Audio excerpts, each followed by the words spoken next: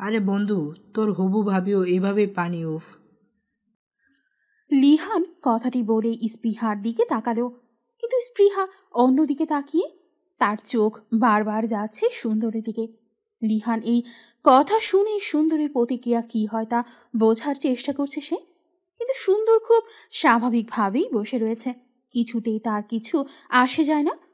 তবে সুন্দরীর দৃষ্টি আরিয়ানের হাতের দিকে। এদিকে আরিয়ান হাত মুঠ করে লিহানের দিকে এক দৃষ্টিতে তাকিয়ে রয়েছে। সুন্দর আরিয়ানের দিকে তাকিয়ে সকলের উদ্দেশ্যে বলল, আচ্ছা, আবার খেলা শুরু করা যাক। বলেই সে বোতলটি খুঁড়িয়ে দিল। এবার বোতলের মুখ স্পৃহা বরাবর থামল। সুন্দর সকলের উদ্দেশ্যে বলল, স্পৃহাকে কে প্রশ্ন করতে চাও? সুন্দরের এমন প্রশ্নে বেশ মন খারাপ হলো স্পৃহার। অন্য সকলের প্রশ্ন করাতে সুন্দরের এত আগ্রহ, অথচ তার বেলাতে তার কোনো আগ্রহ নেই। আরিয়ান একটু অপেক্ষা না করেই উত্তর দিল। আমি। তারপর স্পৃহার দিকে তাকিয়ে বলল, ট্রুথ অ্যান্ড ডেয়ার। যেহেতু আগেরবার ডিয়ার নিয়ে স্পৃহা একবার ঝামেলায় পড়েছে, তাই এবার সে ট্রুথ নিল। আরিয়ান তাকে প্রশ্ন করল। 1 সপ্তাহ পরে কি তোমার বিয়েটা হচ্ছে? শিওর? আরিয়ানকে থামিয়ে লিহান বেশ রাগান্বিত হয়ে বলল, এসব কোন ধরনের প্রশ্ন? বিয়ে কেন হবে না? অবশ্যই হবে। লিহানের কথার সাথে যোগ দিয়ে সুন্দর একই সুরে বলল, অবশ্যই হবে। আরিয়ান তখন ওদের দুজনকে থামিয়ে বলল, আমি যাকে প্রশ্ন করেছি তার থেকে উত্তর শুনতে চাই। তখন স্পৃহা বলল, হ্যাঁ হবে, আর 1 সপ্তাহ পরে আমারই বিয়ে হবে, শিওর। স্পৃহা কথা বলে আবারও সুন্দরের দিকে তাকালো। সুন্দর এবারও কোনো প্রতিক্রিয়া দেখালো না। সে আবার বোতল ঘোরালো। এবার বোতল থামলো স্পৃহার সবচেয়ে কাছের বান্ধবীর দিকে। স্পৃহা তাকে প্রশ্ন করতে গেলেই সুন্দর থামিয়ে বলল, আমি করছি। তারপর মেয়েটির উদ্দেশ্যে বলল। Truth or dare? মেয়েটি ভয়ে ভয়ে বলল, ট্রুথ। সুন্দর মুচকি হেসে বলল, ফিহা, রাইট? মেয়েটির নাম ফিহা। সুন্দরের দিকে তাকিয়ে বলল, জি ভাইয়া। তারপর সুন্দর বলল, আচ্ছা ফিহা, এখন তুমি বলো, তোমার ফ্রেন্ডকে কি বলেছিলে সেদিন, যেদিন লিহানের কনসার্ট ছিল তোমাদের স্কুলে? ফিহা বেশ কিছুক্ষণ সময় নিল।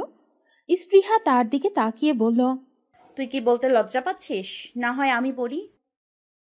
সুন্দর হুমকির স্বরে স্পৃহাকে বলল, আপনাকে প্রশ্ন করিনি, যাকে করেছি সে উত্তর দিবে। ফিহা একটু আমতা আমতা করে বলা শুরু করলো, আসলে সেদিন আমাদের স্কুলের কনসার্টে রিহান ভাইয়া যখন এসেছিল, সে স্প্রিয়ার দিকে একভাবে তাকিয়েছিল। দেখতে অনেক সুন্দর হওয়ার কারণে আমিও স্প্রিয়াকে বলেছিলাম, এই হ্যান্ডসাম ছেলেটা তোর দিকে তাকিয়ে আছে। তারপর যখন স্প্রিয়া ওনাকে দেখেছিল, তখন আমরা ওকে নিয়ে মজা করেছিলাম, কারণ ও একটা ছেলের দিকে ওভাবে তাকিয়েই ছিল। তাছাড়া ও নিজেও বলছে, হ্যাঁ দেখতে তো ভালোই সুন্দর। এজন্য আমরা সব ফ্রেন্ডরা মিলে ওকে রিহান ভাইয়া নিয়ে বলতাম যে রিহান ভাইয়া ওর প্রথম ভালোবাসা।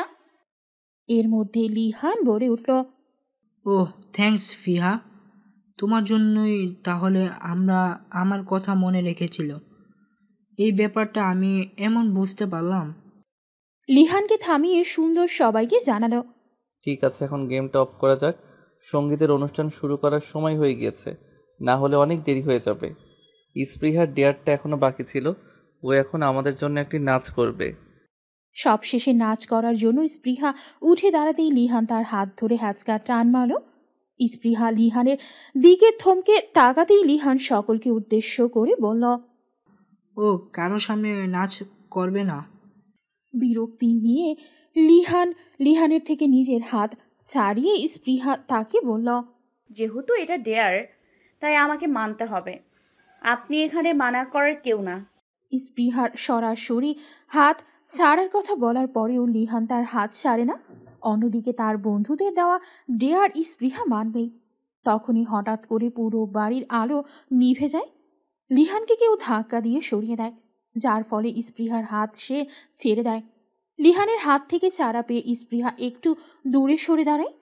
তখনই কেউ তার হাত মোচড় দিয়ে পেছনে নিয়ে খুব সামান্য দূরত্বে ঘন ঘন নিঃশ্বাস ফেলতে থাকে। সামনে থাকা মানুষটা স্পৃহার এতটা কাছাকাছি যে সে তার হৃদস্পন্দন শুনতে পাচ্ছে। এই মানুষটির ঘন ঘন শ্বাস নেওয়ার শব্দ শোনা যাচ্ছে। মানুষটির ত্যাগকৃত নিঃশ্বাস উপচে পড়ছে স্পৃহার মুখে। এই অন্ধকারে এমন দূরত্বে অস্বস্তি বোধ করছে স্পৃহা। তাই নিজের 2 হাত দিয়ে তার সামনে থাকা মানুষটাকে আন্দাজ করে বুকে ধাক্কা দিয়ে সরিয়ে দেয়। তখনই আবার লাইট চলে আসে। স্পৃহা তাকিয়ে দেখে তার সামনে আরিয়ান দাঁড়ানো। আরিয়ান তাকে কিভাবে টাচ করেছিল, এতটা কাছাকাছি গিয়েছিল, ভাবতেই ঘৃণায় চোখ মুখ কুঁচকে আসে স্পৃহার। অন্যদিকে লিহানকেও ক্রস করে তার সামনে আরিয়ান দাঁড়িয়ে আছে দেখে লিহানও বুঝে যায় তাকে ধাক্কাটা কে দিয়েছে। আরিয়ানের এমন ব্যবহারে লিহান বেশ অবাক এবং বিরক্ত হয়। রাগে তার গা কাঁপতে থাকে। আরিয়ানকে কিছু বলতেই যাবে তখনই সুন্দর চলে আসে সকলকে সুন্দরের দিকে তাকিয়ে। সবার মনে একটি প্রশ্ন, এতক্ষণ সুন্দর কোথায় ছিল? সকলের এমন চাহনি দেখে সুন্দর নিজেই বলে, হঠাৎ লাইট চলে গিয়েছিল তো, এই জন্য নিচ থেকে ঠিক করে দিয়ে আসলাম। এখন তাহলে সঙ্গীতের অনুষ্ঠানটা শুরু করা যাক। সকলের সম্মতি নিয়ে সঙ্গীত অনুষ্ঠান শুরু করা হয়। কিন্তু স্পৃহার কিছুতেই মন বসছে না। স্পৃহার মন ভালো করার জন্য লিহান গান গাইতে চায়, কিন্তু এদিকে স্পৃহার মনের মধ্যে কি চলছে তা কেউ বুঝতে পারছে না। অন্য একজন পুরুষের থেকে অনাকাঙ্ক্ষিত টাচ পাওয়া কেমন বিষয় তা বাইরের মানুষকে বোঝানো সম্ভব না। অন্যদিকে নিজের মনের মধ্যে ভীষণ খারাপ লাগছে। আরিয়ানের ওপর অসম্ভব রাগ হচ্ছে তার, যেন পারলে এখনই খুন করে ফেলে। সুন্দরকে সত্যিই তাকে ভুলে গেল। আজ সুন্দর আগের মতো থাকলে আরিয়ানকে মেরেই ফেলত। সুন্দরের মতো করে তাকে কেউ প্রোটেক্ট করছে না ভেবে আফসোস হয় তার। অন্যদিকে সবাই অনেকক্ষণ ধরেই তাকে ডাকাডাকি করায় ধ্যান ফিরে পায় তার। বলে, কি হয়েছে? উত্তরে লিহান বলে, তোমার জন্য একটি গান গাবো। তোমার প্রিয় গান বলো। স্পৃহা তাকে সরাসরি জানিয়ে দেয় তার কোনো প্রিয় গান নেই। লিহানের ওপরও সে বিরক্ত। ওদের এত কথা দেখে সুন্দর জানায়, তোমাদের কথা বলতে বলতে আমি গান গাচ্ছি। এই বলে সুন্দর গান ধরে। আলাদা কোনো ইফেক্ট বা অন্য কোনো সাউন্ড ছাড়াই শুধু গিটার নিয়ে খালি গলায় সে গাইতে শুরু করে। ये जिस्म है तो क्या, ये रूह का लिबास है, ये दर्द है तो क्या, ये इश्क की तलाश है। फना किया मुझे ये चाहने की आस ने, तरह तरह शिकस्त ही हुआ। रजा है क्या तेरी दिलो जहाँ तबाह किया, सजा भी किया तेरी वफा को बेवफा किया। तू भर जिंदगी से यूँ मुझे जुदा किया, कहाँ कहाँ फिरू मैं ढूंढता। এই গানটা স্পৃহার অসম্ভব রকমের প্রিয়। নিজের প্রিয় গান বলবে না করা সত্ত্বেও সুন্দর তা গাইল, কিন্তু সে তা কখনো কাউকে জানায়নি। সুন্দর একে একে আরও 3 থেকে 4টা গান গাইল। এরপর লিহান আর আরিয়ান যখনই গাইতে যাইবে তখনই সুন্দরের গিটারের একটা তার ছিঁড়ে যায়। ফলে তাদের আর গাওয়াও হয় না। সঙ্গীতের অনুষ্ঠানও শেষ। স্পৃহা তার রুমে এসে ফ্রেশ হয়ে শুয়ে পড়েছে, কিন্তু কিছুতেই ঘুমোতে পারছে না। নিজের মনের মধ্যে নানা ধরনের প্রশ্ন উকি দিচ্ছে। সে কি ভুল কিছু করছে? তার মন আসলে কি চায় সে নিজেও বুঝতে পারছে না। এক ধরনের সিদ্ধান্তহীনতায় ভুগছে। এমন সময় আবার পুরো বাড়ির লাইট অফ হয়ে যায়। তার রুম পুরো অন্ধকার। হাতের কাছে ফোনও নেই। হঠাৎ রুমে কারো উপস্থিতি টের পায় স্পৃহা। বলিষ্ঠ এক শরীর তাকে পেছন থেকে আঁকড়ে ধরে। ডান হাত তার পেটে একসাথে শক্ত করে চেপে ধরে এক হাত দিয়ে, অপর হাত দিয়ে স্পৃহার বাম হাতের 5 আঙুলের মধ্যে তার 5 আঙুল শক্ত করে চেপে রাখে। স্পৃহা এক নাগারে চেঁচিয়েই চলেছে, কিন্তু কোনো লাভ হচ্ছে না। মুঠ করে রাখা 5 আঙুল কিছুক্ষণ পরে খুলে দিল। মুহূর্তে স্পৃহাকে চেপে ধরার ধরন বদলে গেল, যেন আস্তে আস্তে হিংস্র রূপ ধারণ করেছে। দানাদার কিছু দিয়ে তার বাম হাতের কবজিতে অনবরত মুছতে থাকে, ঠিক যেখানে লিহান ধরেছিল। এমনভাবে জায়গাটা মুছছিল যেন মনে হচ্ছিল অনেক ময়লা জমে রয়েছে সেখানে। এদিকে স্পৃহার হাতে অসম্ভব জ্বালা পড়া শুরু হয়ে গিয়েছে। মনে হচ্ছে তার হাতে এসিড লেগেছে।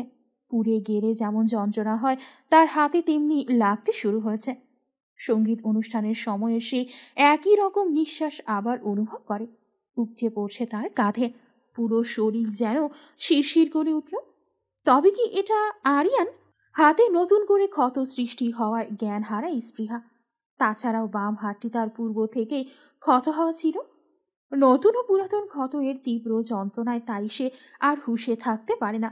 একেবারে সকালে সুন্দরের দেওয়া পানির ঝাপটায় জেগে ওঠে স্পৃহা। অনেক আতঙ্কিত অবস্থায় সে তাড়াহুড়ো করে উঠল, সুন্দরের দিকে তাকিয়ে বলল, রোজ সকালে আমি আপনাকে দেখতে পাই এই রুমে। কেন, কী উদ্দেশ্যে আসেন আপনি? আপনি সেন্সলেস হয়েছিলেন, আমাকে থ্যাঙ্কস দেওয়া উচিত ছিল, কারণ আমি আপনার জ্ঞান ফিরিয়ে এনেছি। এনিওয়ে, আমি অনেকক্ষণ ধরে ডাকছিলাম আপনাকে। স্পৃহার ভীষণ মাথা ব্যথা করছে। সে মাথায় হাত দিয়ে বসে রইল। সুন্দর তাকে লক্ষ্য করে বলল, আপনার হাতে কি হয়েছে? অ্যাক্সিডেন্ট? এবার স্পৃহা রাগ আর নিয়ন্ত্রণ করতে পারল না। উঠে গিয়ে সুন্দরের টি শার্টের গলার কাছের অংশ চেপে বলল, নাটক করছেন আমার সাথে? আপনি জানেন না কি হয়েছে? জানলে জিজ্ঞেস করতাম, বলতে ইচ্ছে হলে বলুন, তাছাড়া আমার ইন্টারেস্ট নেই। স্পৃহার আগুনের মতো রাগে সুন্দরের কথা একেবারে ঘি ঢেলে দিল।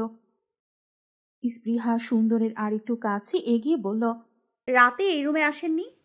স্পৃহা সুন্দরের এতটা কাছাকাছি চলে যাওয়ার কারণে সুন্দর পিছিয়ে যায়। সুন্দরের করা এমন সূক্ষ্ম অপমান এড়াতে স্পৃহা বলে, জবাব নেই? নিজের ভাইয়ের হবু বউয়ের কাছে অত রাতে আসতে লজ্জা করে না? সুন্দরের কোনো জবাব না পেয়ে আবার বলল, লিহান আমার হাত ধরেছিল বলে আপনি এমন করেছেন? সুন্দর এবার স্পৃহার গাল চেপে ধরে। তার গালের ডান পাশে সুন্দরের বৃদ্ধা আঙ্গুল আর বাম পাশে বাকি 4টি আঙ্গুল ঢুকিয়ে দিয়েছে একেবারে। স্পৃহার গাল যেন দাঁতের ভেতরে ঢুকে যাচ্ছে। সুন্দর তাকে ছেড়ে দিয়ে বলল, লিহানের হবু বউ? লিহান স্বামীর নাম মুখে নিচ্ছেন স্পৃহা? Very bad. জেলাস? নো, আপনার জীবন নিয়ে আপনি ভাববেন, আমার কিছু যায় আসে না, কিন্তু আপনাদের মাঝে আমাকে টানবেন না। আপনি রাতে এসেছিলেন, হ্যাঁ বলুন। এর আগে বললেন যে আমি আপনার দরজা বাইরে থেকে আটকে রেখেছিলাম। তারপর আপনি কি আমার উপর ইন্টারেস্টেড ফিল করছেন? সুন্দরের এমন প্রশ্নে স্পৃহা বিস্ফোরিত চোখে তাকালো তার দিকে। এসব নিয়ে শুনে সে কিছুই ভাবতে চাচ্ছে না, তবুও যেন সুন্দর তাকে জোর করে ভাবাচ্ছে। স্পৃহার থেকে এবারও কোনো জবাব না পেয়ে মুচকি হেসে সুন্দর তাকে বলল, আজ আপনার মেহেন্দি অনুষ্ঠান, তৈরি থাকবেন। দুপুরের দিকে আরিয়ানের বোন আনিসা তাদের বাড়িতে আসে। আশিক গিয়ে তাকে নিয়ে এসেছিল। আনিসা এসে লিহানের সাথে দেখা করে। লিহান বেশ খুশি হয়, তাকে বলে, তোমার জন্য অপেক্ষা করছিলাম আপু, অবশেষে আসলে। আনিসাও তার সাথে কিছুক্ষণ কথা বলে জিজ্ঞেস করে, আরিয়ান কোথায়? আরিয়ান যে রুমে ছিল তা আনিসাকে দেখিয়ে বলে, ওই রুমে আছে, তুমি গিয়ে ফ্রেশ হয়ে নাও। লিহানে থেকে বিদায় নিয়ে আশিক ও আনিসা দুজনেই আরিয়ানের রুমে গেল। আরিয়ান হেডফোনে গান শুনছিল। ওদের দুইজনকে একসাথে দেখে সে হেডফোন রেখে উঠে দাঁড়িয়ে আশিকের কাছে গিয়ে বলল, আশিক ভাই, আপনি এসে গিয়েছেন?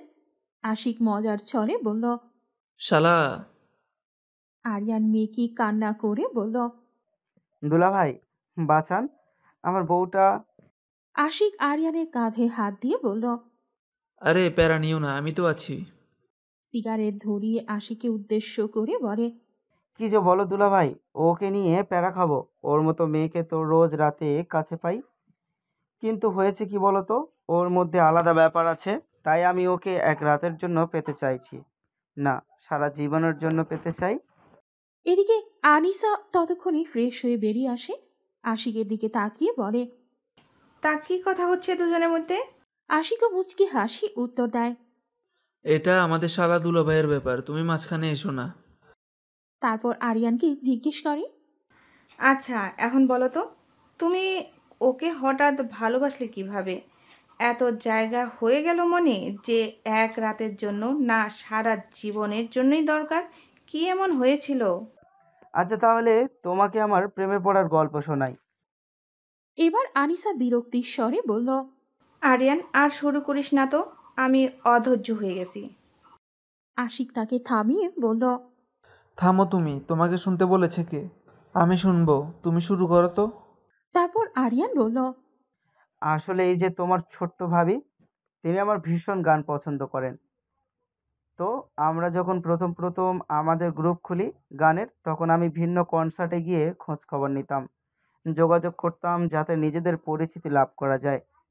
একেবারে শুরুর দিকে এমন একটা কনসার্ট যাওয়ার পর তাকে দেখি, লিহান ওকে পছন্দ করার মাস দুয়েক আগে। তার মানে তো তুমিই ওকে প্রথম চেয়েছো?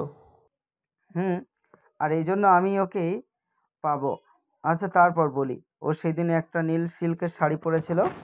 ফার্স্ট ক্লাস তোরে থাকার কারণেই ওর ফ্যামিলি স্ট্যাটাস বুঝতে ওর সমস্যা হয়নি, তাই আমি ওকে ভালো করেই লক্ষ্য করি।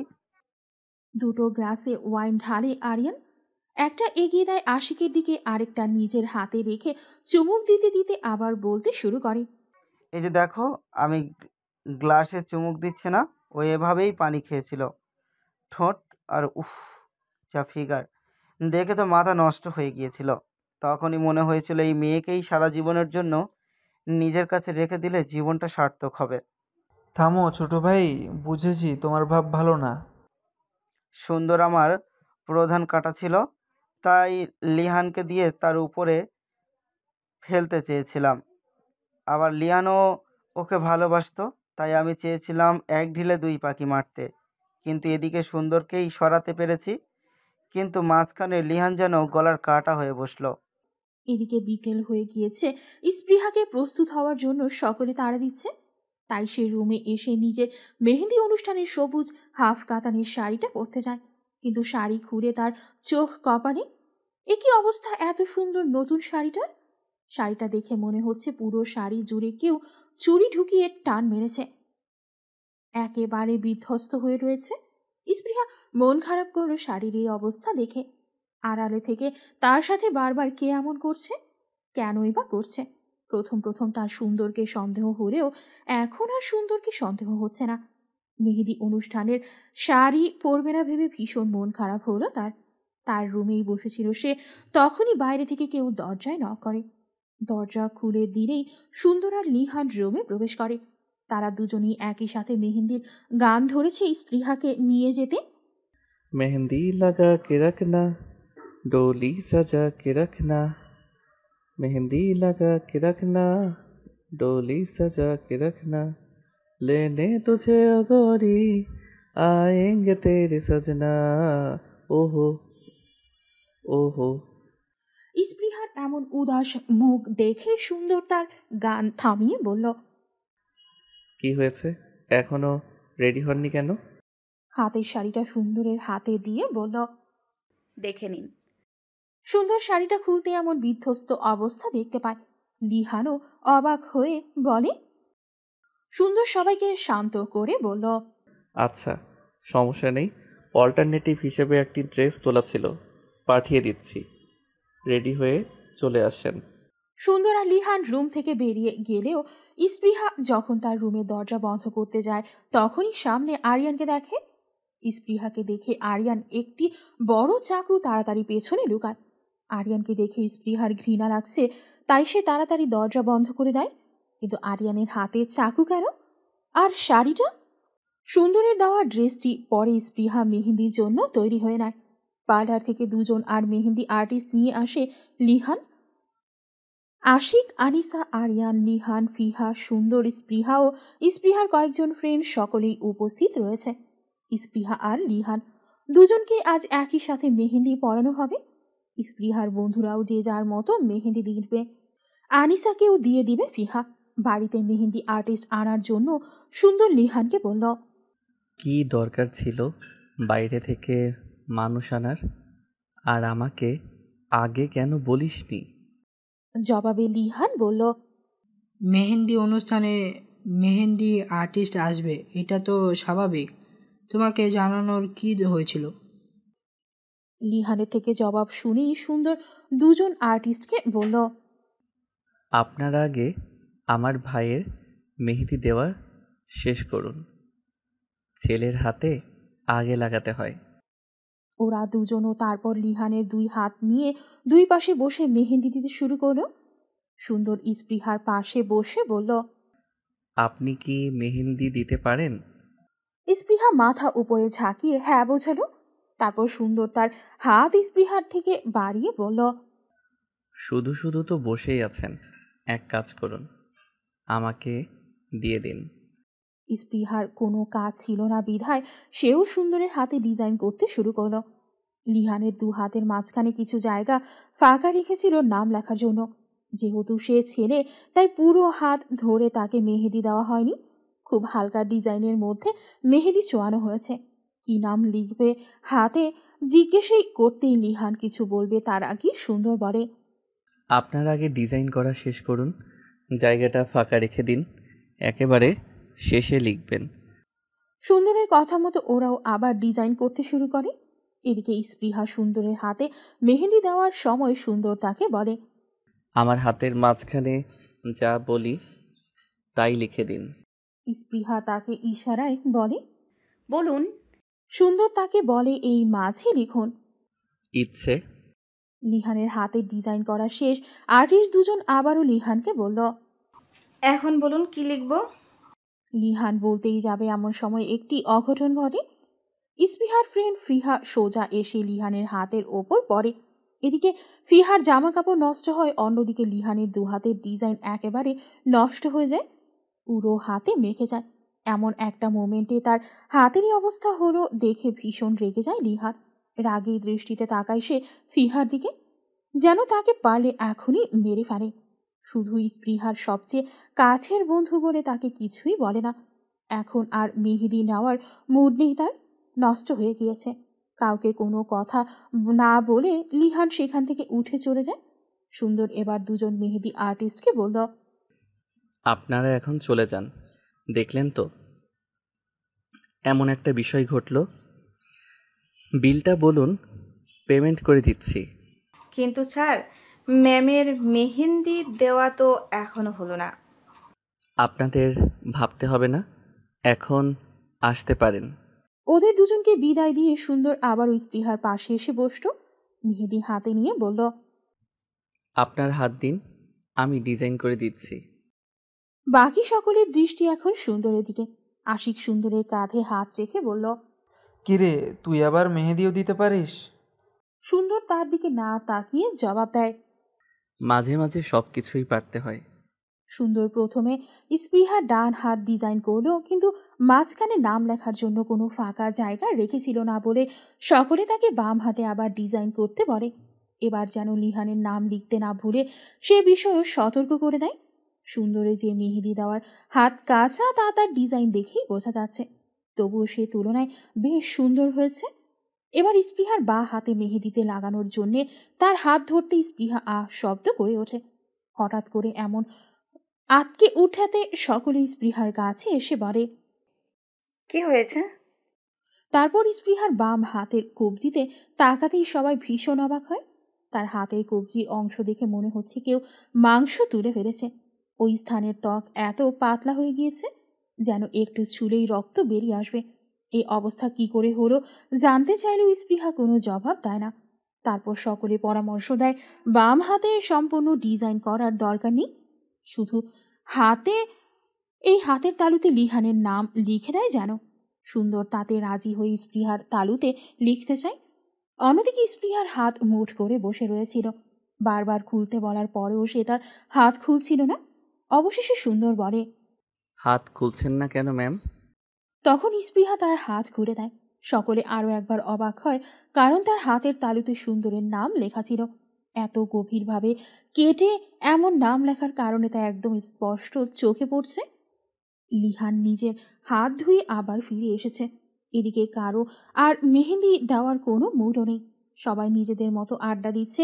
লিহান আসতেই সুন্দর উঠে দাঁড়িয়ে সবার উদ্দেশ্যে বলল, একটি জরুরি ঘোষণা রয়েছে, এখানে উপস্থিত থাকলে খুব মনোযোগ সহকারে শুনুন। আশিক সকলের হয়ে তাকে জিজ্ঞেস করল, আর অপেক্ষা করব না, জলদি ঘোষণাটা দে। সুন্দর আবার বলতে শুরু করলো, যেহেতু স্পৃহার 18 বছর হতে এখনও 3 বাকি, তাই আমরা আজ রাত 12টার পর থেকে ব্যাচেলর পার্টি আয়োজন করব। আগামী 2 দিন এই অনুষ্ঠানের পর হলুদের প্রোগ্রাম শুরু হবে। সকলে এক কথায় রাজি হয়ে যায়। এই তো খুব ভালো ডিসিশন। বিয়ের আগে ব্যাচেলর পার্টি হওয়া উচিত। সুন্দর সকলকে ধন্যবাদ জানিয়ে বলে। এবার লিহান তাকে প্রশ্ন করে। তাহলে কি কি হচ্ছে পার্টিতে? সুন্দর তার জবাবে বলে, আমি প্রত্যেকের রুমে ক্যামেরার সেট করেছিলাম। সকলে তোর বিয়ে নিয়ে কি অনুভব করছে, কে কেমন খুশি বা কেমন চিন্তা, এগুলো রেকর্ড করার জন্য। প্রথম দিনে এটাই সকলের সামনে দেখানো হবে। আশিক, আনিসা ও আরিয়ান একে অপরের মুখে তাকায়। যদি প্রত্যেকের রুমে ক্যামেরা লাগানো থাকে তবে আরিয়ান যা যা কাজ করেছে সবই তো ধরা পড়ে যাবে। অসহায় চোখে দেখে তাকায় আশিকের দিকে। আশিক তাকে ইশারায় শান্ত হতে বলে, আস্তে আস্তে জানায়।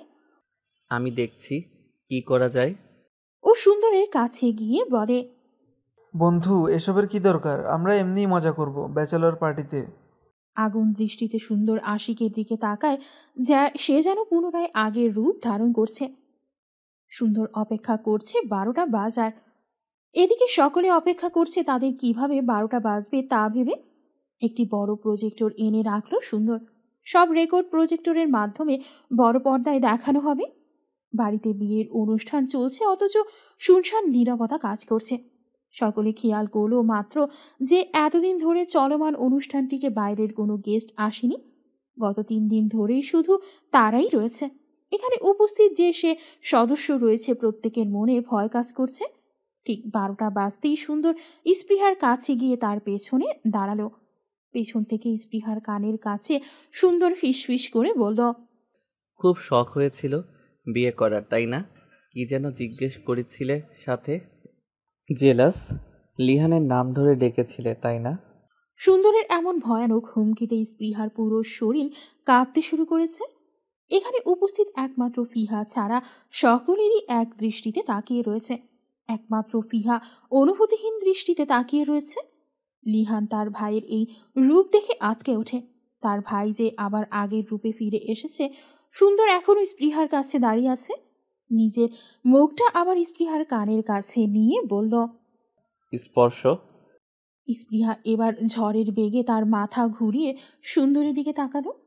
নতুন করে সে যে সুন্দরকে চিনেছে সেই সুন্দর এটা নয়। সুন্দর আবার আগের রূপে ফিরে গিয়েছে, তবে এতদিন সুন্দর নাটক করছিল। এর আগে মনে হয়েছিল সুন্দর এত সহজে এমন করার ছেলে নয়। তাই সে সুন্দরের পরিবর্তনে অতটা ভয় পাচ্ছে না যতটা ভয় পাচ্ছে বাকিদের কি পরিস্থিতি হবে তা ভেবে। স্পৃহার এমন এক ধ্যানে তাকিয়ে থাকা দেখে সুন্দর আবারও তাকে বলল, তুমি একদমই ভয় পেও না স্পর্শ। তোমার সুন্দরের এত সাহস নেই যে সে এসব বাইরের আবর্জনার সামনে তার স্পর্শকে কিছু বলবে। তুমি আমার ব্যক্তিগত সম্পদ, তাই কোনো আবর্জনা তো দূরে থাক, কোনো মানুষও দেখতে পারবে না তোমার আমার মধ্যে কি হয়। তুমি শুধু দাঁড়িয়ে দেখো সবার অবস্থা কি হয়। এই বলে সুন্দর সরতে গেলে স্পৃহা সুন্দরের হাত চেপে ধরে। সুন্দরের চোখের দিকে তাকিয়ে বোঝানোর চেষ্টা করে, এমন করবেন না, ছেড়ে দিন। স্পৃহার এমন দৃষ্টি দেখে সুন্দর তার গাল চেপে ধরে বলে, তোমার এত নরম গাল আমি চেপে ধরলাম বলে সকালে বুঝে গেল। এমন করো না যাতে সবাই তোমার দিকে তাকিয়ে থাকে, না হয় আবার তাদের জীবনও ধ্বংস হয়ে যাবে। সুন্দর আরিয়ানের পাশে গিয়ে দাঁড়ালো। তারপর সোজা তাকিয়ে বলল, আমার টর্চার চেম্বার সম্পর্কে ধারণা তো আছেই। প্রতিদিন ধরে এই বাড়িটাকে টর্চার চেম্বার বানানোর পরিকল্পনাতে ছিলাম। আজ তা হবে।